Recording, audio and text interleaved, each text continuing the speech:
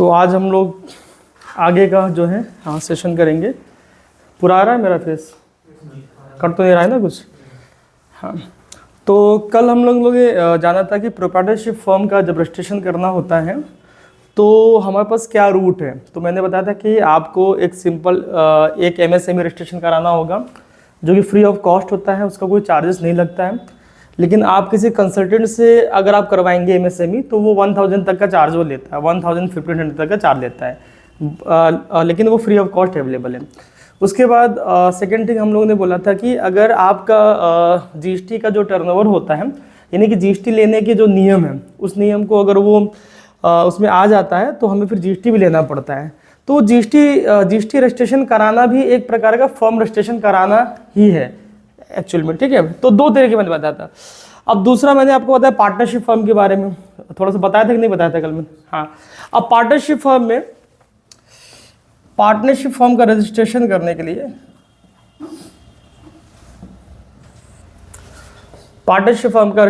सबसे पहला काम जो करना पड़ता है हम लोगों को, एक पार्टनरशिप डीड तैयार करना पड़ता है। पार्टनरशिप डीड, ठीक है। उसके बाद फिर एमएसएमई या उद्यम रजिस्ट्रेशन ले लेंगे। देन उसके बाद अगर जीएसटी आप रजिस्ट्रेशन ले सकते हैं, अगर आपका थ्रेशोल्ड लिमिट क्रॉस हो गया तो लीजिए, या बाकी आपके चॉइस के ऊपर है। तो पार्टनरशिप फर्म बनाने के लिए बस ये 3 डॉक्यूमेंट की हमें रिक्वायर्ड होती है, 3 सर्टिफिकेशन या 3 चीज़ें हमें करनी पड़ती है, इसके अलावा कुछ करने की जरूरत नहीं है, ठीक है। तो पार्टनरशिप डीड में मैंने बताया था कि एक आपको, अगर आप यूपी में हैं, अगर कोई भी यूपी में कोई अपना बिजनेस खोलना चाहता है और as a partnership firm registration करवाना चाहता है, तो यूपी में आपका 750 रुपये का स्टाम्प पेपर पे आपको लिखना पड़ेगा सारे टर्म कंडीशन, अपने फर्म का नाम क्या रख रहे हैं, नेचर ऑफ बिजनेस क्या है, वो सारी बातें आपको लिखनी पड़ेगी। फिर 2 लोग या जितने भी लोग पार्टनर, उनका साइन होगा। साइन हो गया तो समझ लीजिए कि वो एक आपका लीगल डॉक्यूमेंट ही है, और इसी लीगल डॉक्यूमेंट के बेस पर आपका फिर एक पैन कार्ड अप्लाई होगा। एक और चीज़ लिखना है इसमें आपको, हालांकि ये पहले इसको लिखना चाहिए था। पहले आपका पार्टनरशिप डीड बनेगा। पार्टनरशिप डीड बनने के बाद एक फर्म का पैन कार्ड बनेगा, फर्म्स पैन। देन उसके बाद उद्यम ले लेंगे, उद्यम लेना हो तो रजिस्ट्रेशन, देन फिर हमें जीएसटी। तो जैसे आप लोगों को पता है कि हम लोग का भी पैन कार्ड है इंडिविजुअल का, सबके पास अपना एक पैन कार्ड होगा। तो एक फर्म का भी पैन कार्ड होता है। अगर हमने पार्टनरशिप फर्म बनाया है तो उसका भी एक अलग से पैन कार्ड अप्लाई करना पड़ेगा। तो कहाँ से अप्लाई होगा?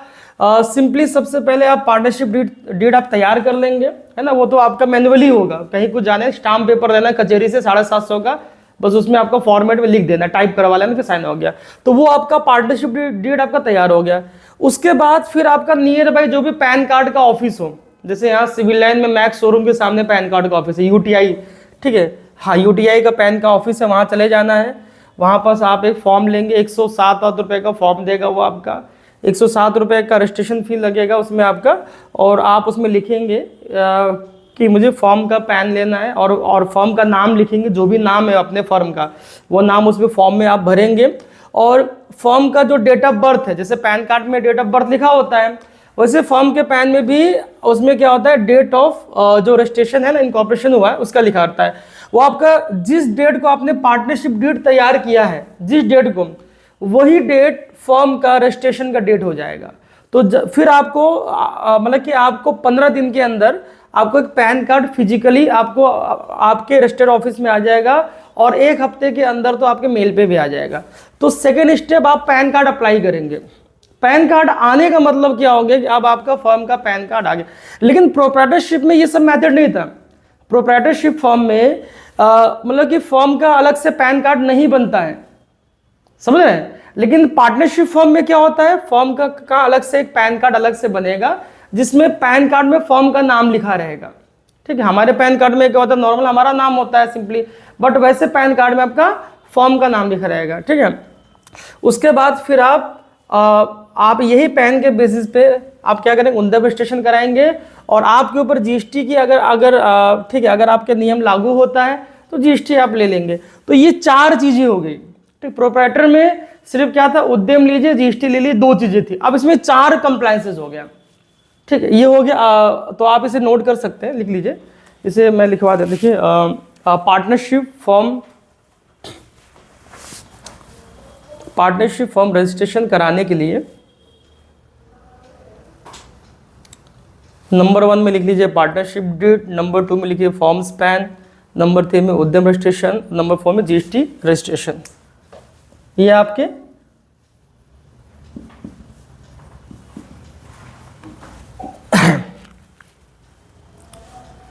ना। ठीक है,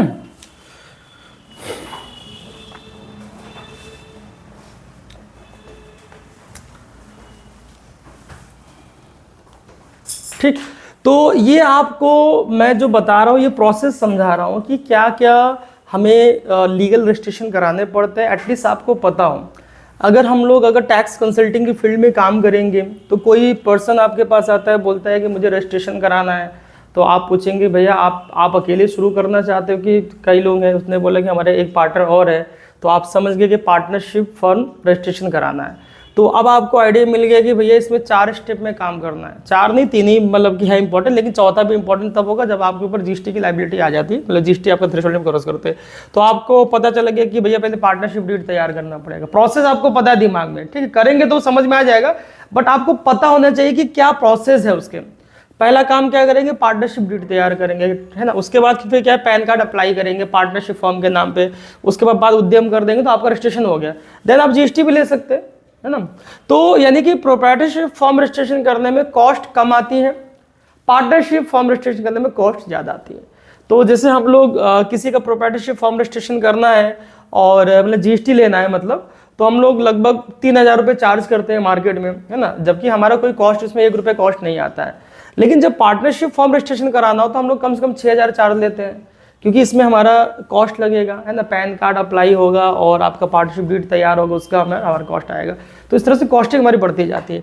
तो ये हमने अभी फॉर्म के 2 कैटेगरी को समझ लिया, क्या प्रोसेस होते हैं, बिल्कुल डीप में जाने की जरूरत नहीं, ऊपरी ऊपर आपको समझना है। एटलीस्ट आपके पास एक आपके पास ना क्या नाम है, आपका एक डिसीजन मेकिंग आपके ऊपर स्किल हो। तो इसको क्लोज करते हैं, यानी कि फॉर्म का दोनों तरीका हमने समझ लिया। अब आते हैं कंपनी में।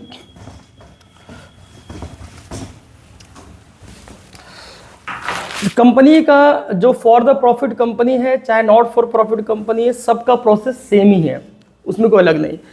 तो आप कोई भी कंपनी रजिस्ट्रेशन कराना चाहते हैं, ठीक है, सबसे पहली बात, कंपनी का जो रजिस्ट्रेशन करने का राइट कोई नॉर्मल पर्सन नहीं कर सकता है, ठीक है। जैसे फर्म का रजिस्ट्रेशन कोई भी नॉर्मल पर्सन करके दे सकता है, बट कंपनी का रजिस्ट्रेशन करने का राइट किनके पास है, या तो एटलीस्ट वो सीए हो, चार्टर्ड अकाउंटेंट हो, या सीएस हो, ठीक है, कंपनी सेक्रेटरी हो, या सीएमए हो, ठीक है, कॉस्ट मैनेजमेंट अकाउंटेंट हो, या लॉयर हो। अगर आप ये 4 में से एक है तभी आप कंपनी का रजिस्ट्रेशन कर सकते हैं, करवा सकते हैं किसी का, वरना आप नॉर्मल पर्सन कंपनी का रजिस्ट्रेशन नहीं करा सकते। या तो सीए की मदद लेनी पड़ेगी, वो सीए हो, सीएस हो, सीएमए हो, या तो लॉयर हो। अब ये 3 तो कोई बन नहीं पाता, लॉयर बन जाए आराम से, वो भी कर सकता है। मतलब अगर हम लोग लॉ की पढ़ाई ठीक है कर ले, है ना, तो फिर हम भी कंपनी रजिस्ट्रेशन सब कुछ कर सकते हैं। ये आपके पास एक लीगल राइट आ गया, इतनी सी चीज़ें होती है। तो पहले आप ये लिख लीजिएगा, कंपनी का रजिस्ट्रेशन करने का राइट सीए, सीएस, सीएमए या लॉयर के पास होता है। एटलीस्ट आप लोग लॉयर बन जाइएगा। अब चाहे जैसे बनिए, चाहे पैसा पे के बनिए, चाहे जैसे बनिए, टेंशन नहीं है, अगर आपको कंपनी का रजिस्ट्रेशन का प्रोसेस करना है तो।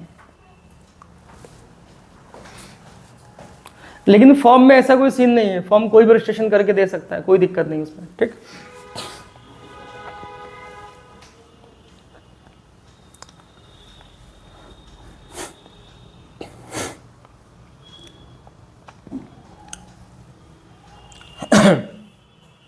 ठीक है, ये आपका बता दिया पहला पॉइंट।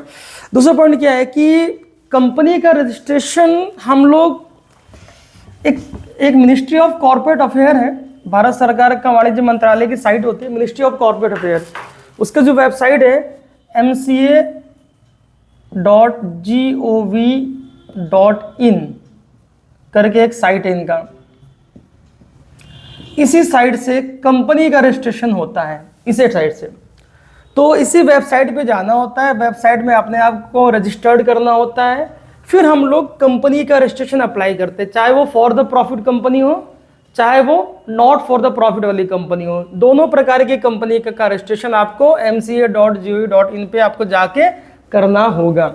उसके बाद जब कंपनी का रजिस्ट्रेशन उस साइट से हो जाएगा, हालांकि आपके पास राइट नहीं करने का, तो साइट से हो जाएगा तो आपको कुछ डॉक्यूमेंट मिलेंगे। कॉल आ गया क्या? फ्रॉड लोग तो नहीं है जीएसटी का? अच्छा वो है कौन, एक सेकेंड यार, बाद में उठाऊंगा इनका फ़ोन, नहीं तो कट हो जाएगा, फिर उसको ज्वाइन करने में दिक्कत हो जाएगी। हाँ, तो सबसे पहले क्या करेंगे हम लोग, मिनिस्ट्री ऑफ कॉर्पोरेट अफेयर की ऑफिशियल वेबसाइट पे जाके वहीं से सारा कंपनी से संबंधित काम वहीं से होगा। सारा प्रोसेस ऑनलाइन है, कुछ ऑफलाइन नहीं है। सारे फॉर्म्स वगैरह आपको भरने हैं। उसके बाद कंपनी का रजिस्ट्रेशन होने के बाद फिर आपको उद्यम रजिस्ट्रेशन करा लीजिए, ये आपका ऑप्शनल है, उद्यम रजिस्ट्रेशन करा लीजिए। फिर आप जीएसटी रजिस्ट्रेशन कराएंगे, मतलब कि पहले कंपनी का रजिस्ट्रेशन होगा, देन फिर उद्यम करा लेंगे, देन फिर हम लोग जीएसटी पे कराना पड़ता है। तो जीएसटी का प्रोसेस अलग है, जीएसटी की जो वेबसाइट है वो अलग है, जीएसटी का ऑफिशियल हमारा पोर्टल अलग है, उद्यम का अलग है, और mca.gov ये अलग है। ठीक है, जीएसटी का जो पोर्टल आपके साथ में लिखवाया था, इसका gst.gov.in करके एक साइट है, यहीं से जीएसटी से संबंधित सारा काम आपका यहीं से होना है। इसके अलावा कैसे नहीं होना। उद्यम का अलग से है, udyam.gov.in, यहीं से उद्यम से सारा, उद्यम से संबंधित सारा काम यहीं से होना है। सारा प्रोसेस ऑनलाइन है, कुछ ऑफलाइन नहीं है। ठीक है, लेकिन अगर आप मिनिस्ट्री ऑफ कॉर्पोरेट अफेयर पे जाके कोई कंपनी रजिस्ट्रेशन करने जा रहे हो तो पहले आपका खुद का एक यूजर आईडी क्रिएट करना पड़ेगा आपको खुद का। तो वो यूजर आईडी तभी मिलेगा आप 4 में से एक हो, लॉयर या सीए, सीएमए या सीएस, वरना नहीं हो सकता है। बट जीएसटी रजिस्ट्रेशन में ऐसा कुछ प्रोसेस नहीं है, कोई भी आपको जो है कर सकता है, और उद्यम भी कोई भी कर सकता है। ठीक है, ये चीज़ हो गई। अब हम लोग ये जानते हैं, अब मोस्ट इंपॉर्टेंट चीज़ है जो आपको जाननी बहुत ज़रूरी है, वो ये है कि कंपनी रजिस्ट्रेशन होने के बाद कौन कौन से डॉक्यूमेंट आपको मिलते हैं और वो डॉक्यूमेंट का क्या महत्व है, ये आपको जानना जरूरी है। वही आइए उसके बारे में बात करते हैं। ठीक है, तो जब भी आपका मिनिस्ट्री ऑफ कॉर्पोरेट अफेयर से कंपनी आपका रजिस्ट्रेशन हो जाता है तो आपको कुछ डॉक्यूमेंट आपको मिलते हैं। सबसे पहला डॉक्यूमेंट का नाम है, इसको वाइप कर देता हूँ तब जाके, और ये डॉक्यूमेंट के बारे में आपको जानना है जो बताने जा रहा हूँ, बहुत ध्यान समझेंगे। हालांकि ये बीकॉम वगैरह में दिया है आपका, बट मुझे पूरा यकीन है आप लोगों ने ठीक से पढ़ा नहीं होगा। ठीक है, तो सबसे पहला डॉक्यूमेंट का नाम होता है कंपनी रजिस्ट्रेशन करने के बाद, जिसे बोलते हैं सर्टिफिकेट ऑफ इनकॉर्पोरेशन। इनकॉर्पोरेशन इतना लंबा नाम कोई लेता नहीं है, इसको सब COI बोलते हैं। ठीक है, तो इस सबसे पहला डॉक्यूमेंट जो आपको मिलेगा कंपनी रजिस्ट्रेशन होने के बाद, वो उस डॉक्यूमेंट का नाम है सर्टिफिकेट ऑफ इनकॉर्पोरेशन, जिसे बोलेंगे COI। अब ये COI एक पेज का डॉक्यूमेंट होता है, मैं भी आपको दिखा भी दूंगा क्लास ओवर होने के बाद। एक पेज का डॉक्यूमेंट होता है, इसमें क्या क्या बातें लिखी होती हैं, आपके कंपनी का नाम लिखा रहेगा उस पर ऊपर टॉप पे, और आपके कंपनी रजिस्ट्रेशन कब हुआ है वो लिखा रहेगा, आपके कंपनी का CIN नंबर, जैसे एक GST नंबर होता है ना, goods and service tax number, वैसे एक होता है CIN नंबर। CIN नंबर यानी कि जितने भी लोगों ने कंपनी का रजिस्ट्रेशन कराया है उनके पास एक अलग से नंबर होगा, जिसे बोलेंगे CIN नंबर। CIN नंबर का मतलब हो गया कॉर्पोरेट आइडेंटिफिकेशन नंबर, CIN। ठीक है, यहाँ एक बोर्ड लगा था, हट गया लगा, हाँ नहीं तो आपको दिखा देता। एक CIN नंबर लिखा होगा और फिर उसमें कंपनी का पैन नंबर भी लिखा होगा, कंपनी का टैन नंबर लिखा होगा और भारत सरकार का मोहर लगा होगा। तो एक्चुअल में वो लाइसेंस है आपका, ठीक है। अगर कोई कहता है कि मेरी प्राइवेट लिमिटेड कंपनी है, मेरी एलएलपी है, पब्लिक लिमिटेड जो भी है, तो आप उसका प्रूफ मांगने के लिए कहेंगे भैया अपनी कंपनी का सीओआई दो मुझे, ठीक है। सीओआई उसके पास है तो समझ जाइए कि वो कंपनी उसका रजिस्टर्ड है, सारी चीजें। और साथ ही साथ हम लोग गूगल पे भी डालेंगे तो नाम आ जाता है फटाक से, कोई दिक्कत नहीं उसमें, ठीक है। तो ये हो गया सबसे पहला डॉक्यूमेंट मिलेगा, सर्टिफिकेट ऑफ इनकॉर्पोरेशन। इसमें क्या क्या बातें मेंशन होगी, फर्म, आपकी कंपनी का नाम, registration date, CIN number, PAN का नंबर और टैन का नंबर। टैन क्या होता है बताऊंगा अभी आगे। सेकेंड डॉक्यूमेंट आपका जो होगा वो पैन होगा, कंपनी का अलग से पैन अप्लाई होता है। प्रोप्राइटरशिप फॉर्म में ही सिर्फ अलग से पैन नहीं बनता। प्रोप्राइटरशिप फॉर्म में क्या होता है, प्रोप्राइटरशिप फॉर्म में जो आपका पैन कार्ड है वही फॉर्म के पैन कार्ड की तरह ट्रीट कर लिया जाता है, आपका जो खुद का व्यक्तिगत पैन कार्ड है। लेकिन पार्टनरशिप फॉर्म में आपका पैन कार्ड एक फॉर्म के पैन कार्ड तरह ट्रीट नहीं होता है, उसमें अलग से एक पैन अप्लाई होता है। और कंपनी में भी यही है, कंपनी में भी आपका पैन कार्ड यानी कि जो भी डायरेक्टर्स का पैन कार्ड उसे कंपनी के पैन कार्ड के तरह ट्रीट नहीं होता है, अलग से एक पैन कार्ड अप्लाई होता है। उसके बाद एक डॉक्यूमेंट मिलेगा जिसे बोलते हैं टैन। जैसे पैन कार्ड होता है ना परमानेंट अकाउंट नंबर, वैसे एक टैन नंबर होता है, टैन कार्ड होता है। टैन नंबर रियल में होता है कि आपका टीडीएस का फाइल करने के लिए, जो भी आप टीडीएस काटते हैं, है ना, एम्प्लॉय की सैलरी वगैरह पे जो टीडीएस कटता है वो आगे हम जो है पढ़ाएंगे आपको टीडीएस के बारे में, अभी तो टैक्स वाला अभी चैप्टर शुरू नहीं हुआ हमारा। तो टैन नंबर हमारा हो गया, जो भी हम टीडीएस वगैरह काटते हैं वो हमारा हो गया टैन नंबर हो गया, ठीक है। उसके बाद चौथा डॉक्यूमेंट आपको मिलेगा जिसे बोलते हैं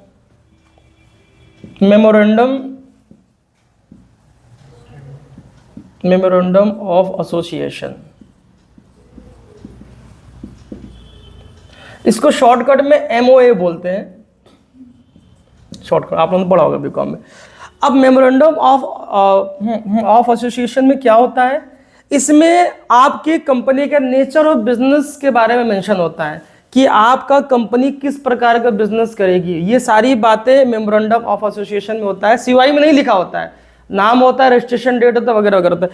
इसमें आपका आपकी कंपनी कौन कौन सा बिजनेस करने वाली है इसी में लिखा जाएगा। सपोज आपने कोई कंपनी रजिस्ट्रेशन करवाया और आपने मेमोरेंडम में लिखा कि हम लोगों का टेक्सटाइल का बिजनेस है, गारमेंट टेक्सटाइल का हमारा बिजनेस है, तो आपने तो टेक्सटाइल का बिजनेस आपने मेंशन किया है, लेकिन आपने कोई और बिजनेस अगर स्टार्ट किया तो आपके ऊपर कानूनी कार्रवाई हो जाएगी।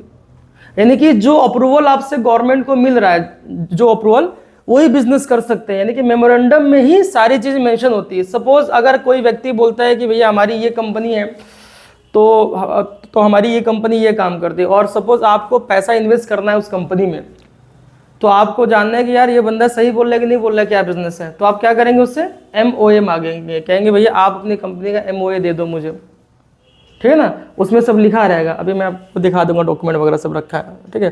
तो मेमोरेंडम में आपका मेंशन होता है कि आपकी कंपनी का नेचर ऑफ बिजनेस क्या है, किस प्रकार का बिजनेस करेगी, क्या नियम कानून आपके ऊपर लागू होंगे, वो सारी बातें लिखी होती है। और पांचवा एक डॉक्यूमेंट होगा जिसे बोलेंगे हम लोग article of association. Association shortcut में बोलते हैं एओए, इतना लंबा कोई नाम लेता ही नहीं आजकल, समस्या ये एओए, ठीक है। आर्टिकल ऑफ एसोसिएशन का मतलब आपके कंपनी में कौन कौन शेयर होल्डर होने वाले हैं, शुरू में डायरेक्टर कौन कौन डायरेक्टर बनेंगे आपके कंपनी में, डायरेक्टर के लिए क्या नियम है, शेयर होल्डर के लिए क्या नियम कानून है, वो सारे नियम कानून की बात होगी। और शुरू में आपके कंपनी में कौन सा शेयर होल्डर कितना % शेयर लेके बैठा था, और शेयर होल्डर का एड्रेस, डायरेक्टर का एड्रेस, उनके ऊपर कौन कौन से नियम कानून लागू होंगे, शेयर ट्रांसफर करने के रूल, अगर कोई शेयर होल्डर की अगर डेथ हो जाती तो तब कैसे ट्रांसफर होगा, ये सारी मतलब कि कंपनी की लीगल ओनरशिप की बातें, किसी भी कंपनी में लीगल ऑनरशिप के ऊपर क्या क्या नियम कानून लागू होंगे। लीगल ऑनरशिप दो ही लोग हैं, एक शेयर होल्डर और एक डायरेक्टर, 2 लोग होते हैं लीगल ओनरशिप में। हालांकि मेन तो डायरेक्टर ही होता है आपका, ठीक है। तो उसमें जो भी कंपनी के लीगल ओनर हैं उनके ऊपर क्या क्या नियम कानून लागू होने वाले हैं ऊपर रिटर्न में लिखा होता है, ठीक है ना।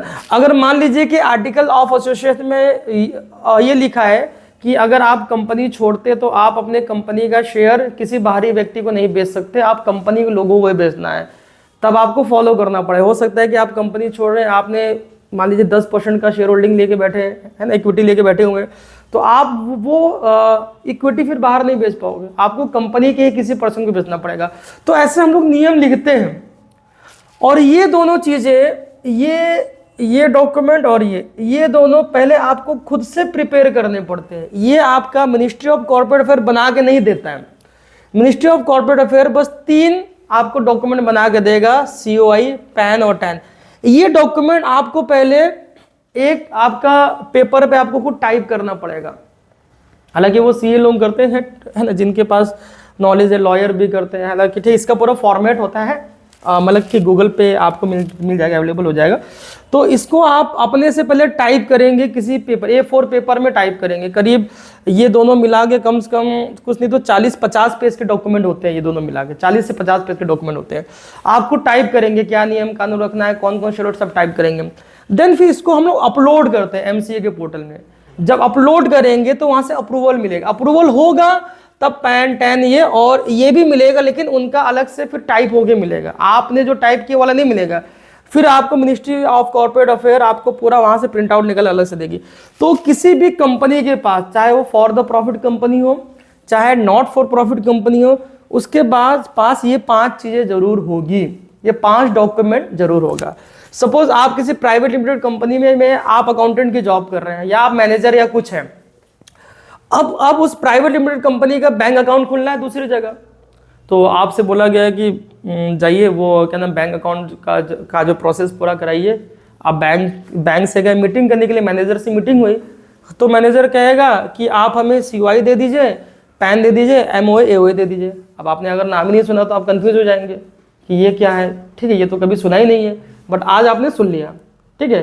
तो कभी भी किसी भी कंपनी का बैंक अकाउंट खुलना है तो बैंक ये 4 डॉक्यूमेंट मांगेगी, ये आपका COI, pan, MOA AOA, company का अकाउंट खुलना। तो इसके अलावा वो जानते नहीं खुलेगी, ठीक, खोलेगी नहीं अकाउंट उसके। अगर किसी प्रोप्राइटरशिप फर्म का रजिस्ट्रेशन करना है तो बैंक कहेगी उद्यम रजिस्ट्रेशन, उद्यम सर्टिफिकेट दे दीजिए, बस ओनली 1 चीज है। उद्यम के साथ साथ अगर GST सर्टिफिकेट भी है तो वो भी दे दीजिए। अगर पार्टनरशिप फर्म खुलना है, ठीक है, पार्टनरशिप फर्म का खाता खुलना है बैंक अकाउंट में, तो बैंक आपसे ज्यादा डॉक्यूमेंट मांगेगी। क्या मांगेगी? पार्टनरशिप डीड मांगेगी पहला, उसके बाद पार्टनरशिप फर्म का पैन कार्ड मांगेगी, फिर उद्यम वगैरह या GST वगैरह मांगेगी, 4 डॉक्यूमेंट मांगेगी। और कंपनी का अकाउंट अगर खोलने जा रहे हैं अगर किसी बैंक में, तो आपसे बोलेगी COI लाइए कंपनी का, पैन लाइए, ठीक है, और बाकी के डॉक्यूमेंट लाइए। तो आर्टिकल ऑफ एसोसिएशन में जो भी कंपनी के लीगल ऑनर है, लीगल मेंबर्स हैं, उनके ऊपर कौन कौन से नियम कानून लगने वाले हैं, वो सारी बातें इसमें AOA में लिखी होती है।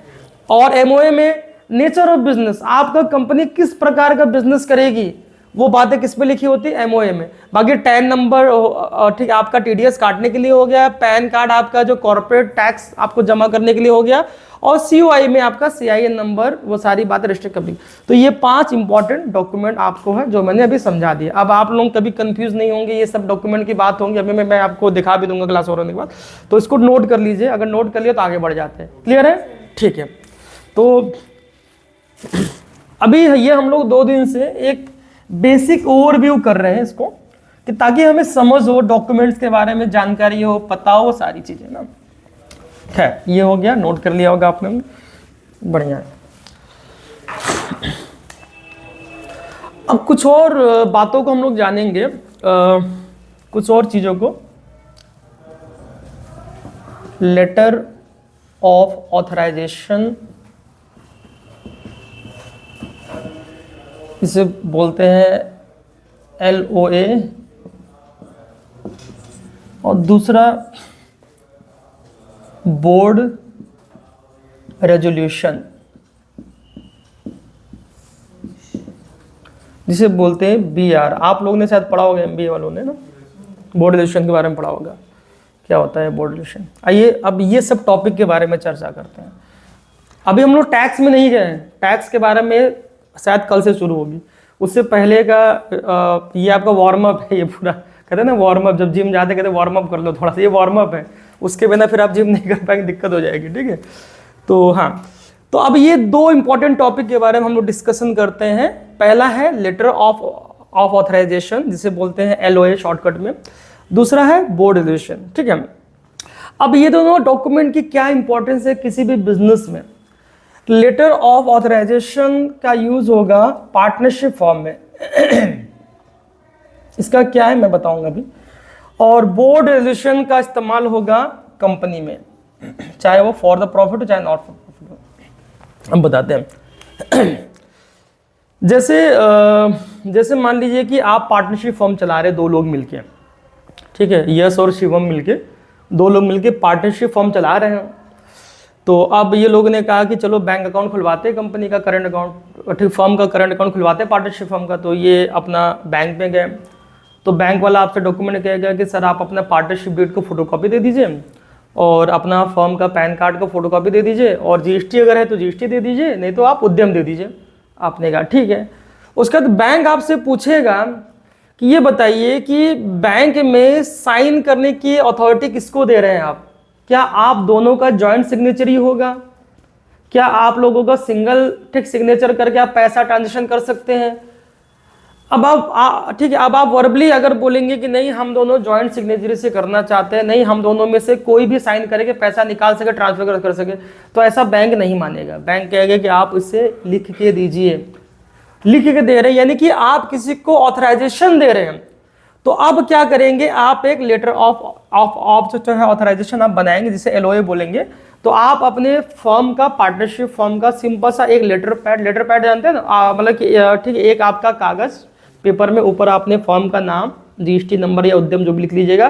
फिर उसमें आप टाइप कराना होगा कि हमारी फर्म ने ये डिसाइड किया है कि हम शिवम को बैंकिंग ट्रांजेक्शन के लिए सिग्नेटरी, और मतलब कि हम जो बनाना चाहते हैं, या दोनों बनना चाहते हैं, जॉइंटली दोनों का साइन होगा तभी होगा, या दोनों में से कोई भी साइन करे, तो वो सारी बातें लिख के आप साइन करके देंगे, देन आपका चीजें होगी। पहला पॉइंट ये हो गया, बैंक अकाउंट खुलवाने के लिए कौन साइन करे, किसका नहीं होता, उसके लिए LOA देना पड़ेगा, ठीक, लेटर ऑफ ऑथराइजेशन। और साथ ही साथ अगर आप फ्यूचर में अब आप दोनों पार्टनर्स हैं, या और भी लोग पार्टनर्स हैं, दो या दो से ज्यादा लोग पार्टनर्स हैं, ठीक, अभी हम पार्टनरशिप फर्म के बारे में बात कर रहे हैं, अभी कंपनी के बारे में नहीं बात कर रहे, ठीक है। अब मान लीजिए सपोज आप लोग 3 पार्टनर हैं। अब तीनों पार्टनर में से जो एक पार्टनर ने बोला कि यार चलो हम अपने बिजनेस को ना यहाँ भी बिजनेस लॉन्च करते हैं, ऐसी कुछ बातें हुई, चलो ये वाला भी बिजनेस डालते हैं। तो ऐसे मुंह से बोल के नहीं होगा, फिर आपको प्रॉपर एक लेटर पैड पे आपको पूरा टाइप करना पड़ेगा कि हम तीनों पार्टनर ने मिलकर यहाँ बिजनेस ऑपरेशन खोलने का प्लान किया है, हम तीनों पार्टनर की सहमति है, तीनों का साइन होगा, स्टैंप लगेगा, उसको फिर एक संभाल के एक दूसरे को मेल करके रख लेंगे। ऐसा करना क्यों जरूरी है? ऐसा करना आपका इसलिए जरूरी है, सपोज आपने कोई बिजनेस का कोई ब्रांच लॉन्च किया, या थोड़ा सा नेचर ऑफ बिजनेस को चेंज किया, ठीक है, और कल को कोई लीगल डिस्प्यूट हुआ वहाँ पर, कोई भी लीगल डिस्प्यूट हुआ वहाँ पर, ठीक, पब्लिक ने लीगल डिस्प्यूट किया, तो फिर आपसे पूछा जाएगा कि भैया आपने यहाँ ब्रांच क्यों खोला, या जो भी आपकी हुई, तो जो भी जिम्मेदार पर्सन वो आए। तो मान लीजिए कि आप लोगों ने साइन ही नहीं किया था किसी ने, मान लीजिए कि ठीक शिवम का आइडिया था, बाकी यश का, और मान लीजिए कि मान लीजिए आगम मिश्रा का आइडिया नहीं था, ठीक है, ये लोग बोल देंगे भैया हमें नहीं पता, ये हमारे जो सीनियर बॉस है वही जानेंगे, वही जेलेंगे, इन्हीं को डालो जेल में। तो ऐसे समस्या हो सकती है। इसीलिए कभी भी कोई भी डिसीजन मेकिंग करना है तो आपको एक LOA इशू करना पड़ेगा, और LOA इशू करके तीनों या चारों जो भी पार्टनर उनका साइन होकर फिर इसको प्रॉपर आप एक डॉक्यूमेंट में रखेंगे, फाइल पे रखेंगे। ये एक लीगल तरीका होता है किसी भी बिजनेस को चलाने के लिए, ठीक है। ये हो गया, यानी कि पार्टनरशिप फर्म को कोई भी डिसीजन मेकिंग करनी है तो एटलीस्ट वो LOA में वो मेंशन करे, पार्टनरशिप फर्म के लिए हो गया। अब BR क्या होता है, बोर्ड रेजोल्यूशन क्या होता है, ये कंपनी के लिए होता है। कंपनी में जो भी डिसीजन मेकिंग करने वाले जो बॉडी होती है वो होते डायरेक्टर्स होते हैं, कंपनी के डायरेक्टर्स ही आपका कंपनी का डिसीजन मेकिंग करते हैं, ठीक है। और शेयर होल्डर डिसीजन मेकिंग नहीं करते, शेयर होल्डर को सिर्फ अपना पैसा चाहिए, दैट्स इट, उससे मतलब नहीं। बट कंपनी के जो डायरेक्टर होते हैं, डायरेक्टर कंपनी का सबसे टॉप लेवल का एम्प्लॉय होता है, एक प्रकार का डायरेक्टर एम्प्लॉय ही है, डायरेक्टर मालिक नहीं होता, मालिक शेयर होल्डर होता है, ठीक है। तो अब मान लीजिए कि किसी कंपनी में 4 डायरेक्टर हैं, अब वो चारों डायरेक्टर ने प्लान किया है कि चलो हम अपनी कंपनी में एक सीईओ रख लेते हैं, ठीक, चीफ एग्जीक्यूटिव ऑफिसर हम लोग अपॉइंट करते हैं। तो ऐसे मुंह से बोल के आप अपॉइंट नहीं कर सकते, आपको एक रेजुलेशन पास करना पड़ेगा। रेजुलेशन का मतलब आप कंपनी के लेटर पैड पे मेंशन करेंगे कि हमारी कंपनी ने प्रयागराज ऑफिस में बैठकर इतने बजे मीटिंग किया, उस कंपनी में 4 डायरेक्टर श्री ये श्री वो सब जो अवेलेबल थे, और सभी ने मिलकर डिसाइड किया कि हम अपने कंपनी में एक सीईओ, ठीक है, सीईओ हम लोग अपॉइंट करेंगे, और उस सीईओ को क्या क्या लीगल राइट देंगे वो सब मेंशन करेंगे। फिर वो डॉक्यूमेंट आपका एक लीगल डॉक्यूमेंट हो गया। तो फिर आपने सीईओ को हायरिंग किया, और सीईओ को अगर आपको फायर करना है तो उसमें जो मेंशन है उसी के अकॉर्डिंग आप करेंगे। और कल को अब होता क्या है कि हर साल कंपनी का ऑडिट होता है, ठीक है। कभी कभी क्या होता है कि कंपनी की जांच भी होती है, जांच टीम आ जाती है, देखिए इन लोगों ने जो भी डिसीजन में किया क्या किया।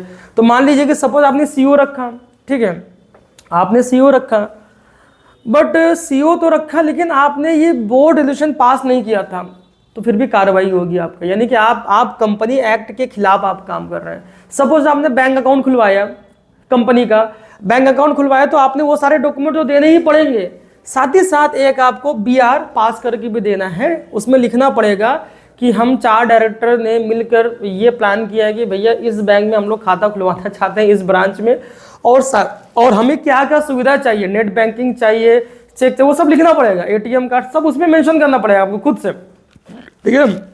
देन उसके बाद उसमें मेंशन करेंगे कि साइनिंग, यानी कि आपका सिग्नेटरी का प्रोसेस क्या होने वाला है। जैसे 4 डायरेक्टर हैं, अब आप लोग चारों मिलकर डिसाइड करेंगे क्या सिंगल साइन करके भी ले सकते हैं। माने कि 4 डायरेक्टर है, 4 में से कोई भी एक पर्सन चेक में साइन करके क्या पैसा निकाल सकता है, तो वो मेंशन करेंगे। आप हो सकता है जॉइंटली मेंशन, ठीक, जॉइंटली वाला जो मेंशन करेंगे कि 4 के चारों डायरेक्टर जब तक साइन नहीं करेंगे तब तक पैसा निकल नहीं सकता, जा नहीं सकता।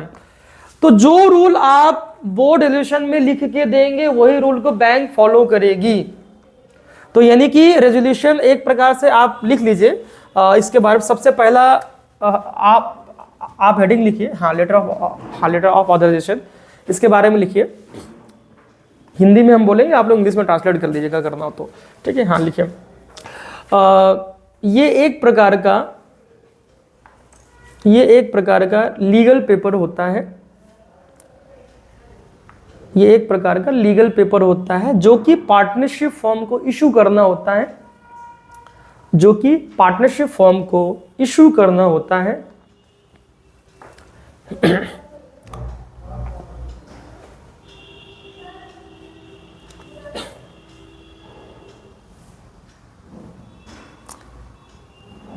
जो कि पार्टनरशिप फॉर्म को इशू करना होता है। पार्टनरशिप फॉर्म को बैंक अकाउंट ओपन करना है या कोई नया प्रोजेक्ट लॉन्च करना है,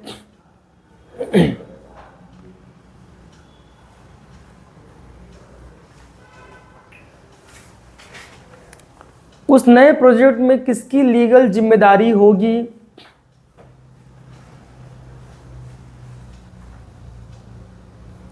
ये सारी बातें LOA में मेंशन किया जाता है। ये सारी बातें LOA में मेंशन किया जाता है, ठीक है। तो LOA आपका पार्टनरशिप फर्म के लिए हो गया है ये। अब सेकंड लिखिए, बोर्ड रेजुलेशन। स्पेलिंग मिस्टेक कर दिया क्या मैंने, रेजोल्यूशन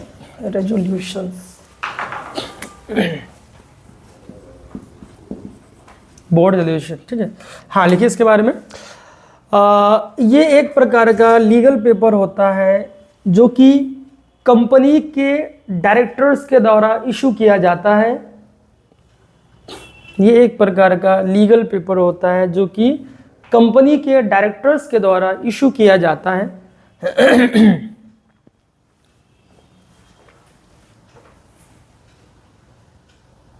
डायरेक्टर्स के द्वारा इशू किया जाता है। कंपनी को अगर कोई बैंक अकाउंट खुलवाना है या कोई भी डिसीजन मेकिंग करना है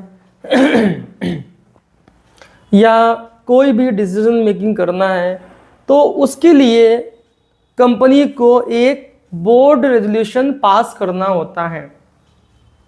उसके लिए कंपनी को एक बोर्ड रेजोल्यूशन पास करना होता है।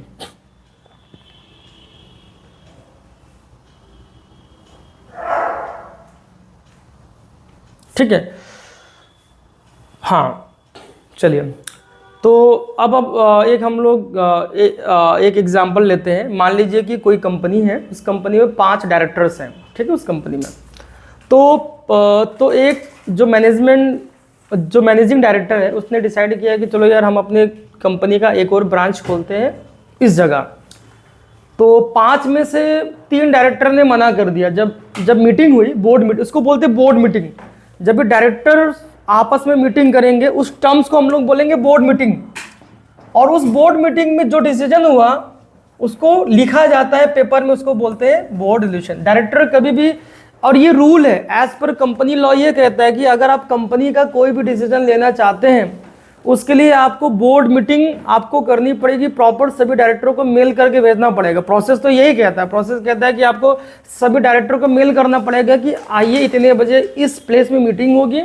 और बोर्ड मीटिंग होने के बाद फिर जो भी निष्कर्ष निकला, कंक्लूजन निकला, उसको हम लोग एक लेटर पे पूरा टाइप करेंगे, प्रॉपर टाइम, प्लेस, डेट और सबका साइन कौन पूरा होना चाहिए। और वो पेपर बहुत इंपॉर्टेंट पेपर है किसी भी बिजनेस का। अगर कभी भी कंपनी की जांच हुई, कभी भी कंपनी का, ठीक है, कोई अगर रजिस्ट्रार का कोई व्यक्ति आया कंपनी का, तो वो पूछेगा कि भैया, अच्छा ठीक, वो क्या पूछेगा, वो पूछेगा मिनट फाइल कहाँ है। अभी मिनट फाइल क्या होता है ये भी बता देते। मिनट फाइल जितना भी आपने रेजोल्यूशन पास किया है, बोर्ड रेजोल्यूशन, जो भी, क्योंकि साल भर में आपने बहुत सारे डिसीजन मेकिंग किए होंगे, बैंक अकाउंट खुलवाना है, ये ठीक है, वो मान लीजिए कि नया डायरेक्टर भर्ती करना है, नया सीईओ लाना है, ठीक है, जो भी लाना है आपको वो सारी चीज़ें मेंशन आप करेंगे। तो ये सारे पेपर को एक फाइल में रखी जाती है, ठीक है, एक नॉर्मल फाइल जो भी 20-25 रुपये फाइल, उस फाइल का नाम बोलते हैं मिनट फाइल। मिनट फाइल का मतलब क्या है? मिनट फाइल ऐसी फाइल होती है जिसमें सारे बोर्ड रेजोल्यूशन के पेपर रखे जाते हैं।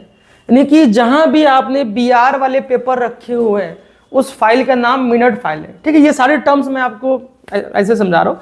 तो ये सब नाम आपको आ सकता है कि भैया मिनट फाइल कहाँ है, लाइए मिनट फाइल दीजिए। आपके कि हाँ क्या मिनट फाइल क्या है, मैंने सुना ही नहीं कभी। मिनट का मतलब आप तो वही सोचते हैं कि जो टाइम में मिनट चल रहा है, वो नहीं है। मिनट फाइल का मतलब जो भी आपने जो भी डिसीजन मेकिंग किया है कंपनी का और उसके पेपर जिस फाइल में रखते हैं उस फाइल का नाम मिनट फाइल, ठीक है।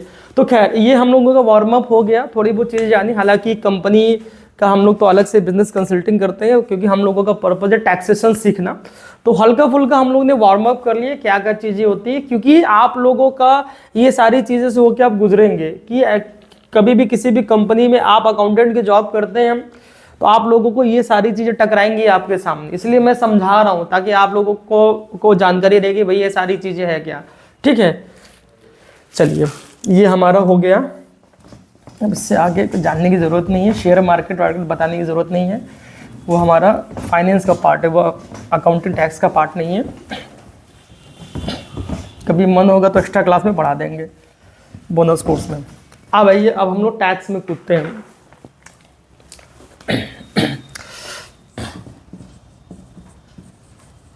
हल्का सा टॉपिक छेड़ देंगे, बाकी कल पढ़ाएंगे। अब आते हैं टैक्सेशन में।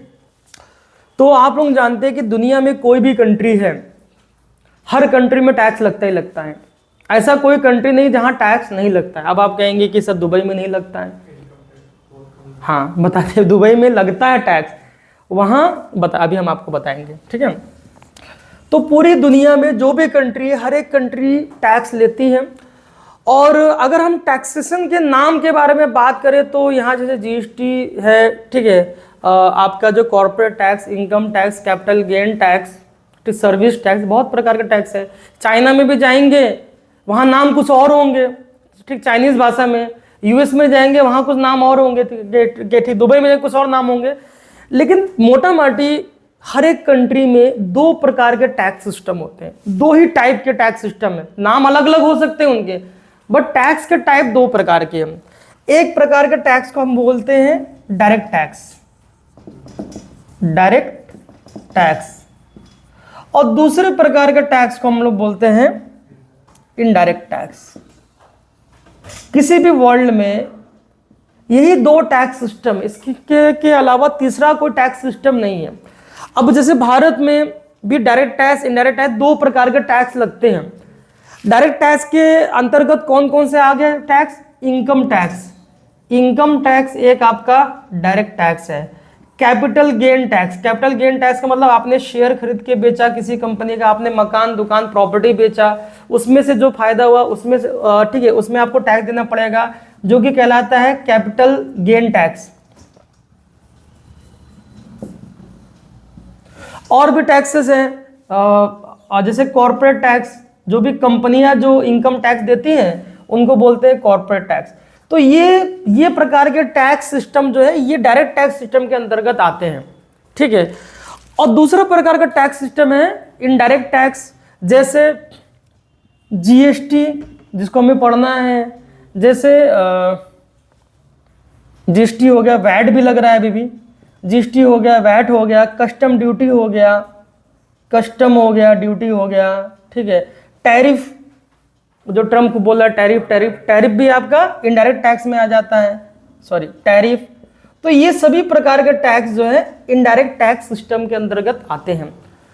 तो दुबई में आप जाएंगे, दुबई में डायरेक्ट टैक्स नहीं है बट इनडायरेक्ट टैक्स है, टैक्स तो वहाँ है, ऐसा नहीं जीरो नहीं है, डायरेक्ट टैक्स, इनडायरेक्ट टैक्स। तो ये सब टैक्स सिस्टम के बारे में कल बिल्कुल डेप्थ में हम लोग पढ़ेंगे। डायरेक्ट टैक्स का मतलब क्या है, ये क्या कॉन्सेप्ट है, और ठीक इनडायरेक्ट टैक्स का क्या कौन, ये सब हम लोग बहुत तगड़े से कल इसको पढ़ेंगे, ठीक है। तो हमने टॉपिक छेड़ दिया है, कल मुझे याद दिलाइएगा सर ये पढ़ना है, ठीक, इतना रखते हैं, कल से हम टैक्स सिस्टम शुरू करते हैं,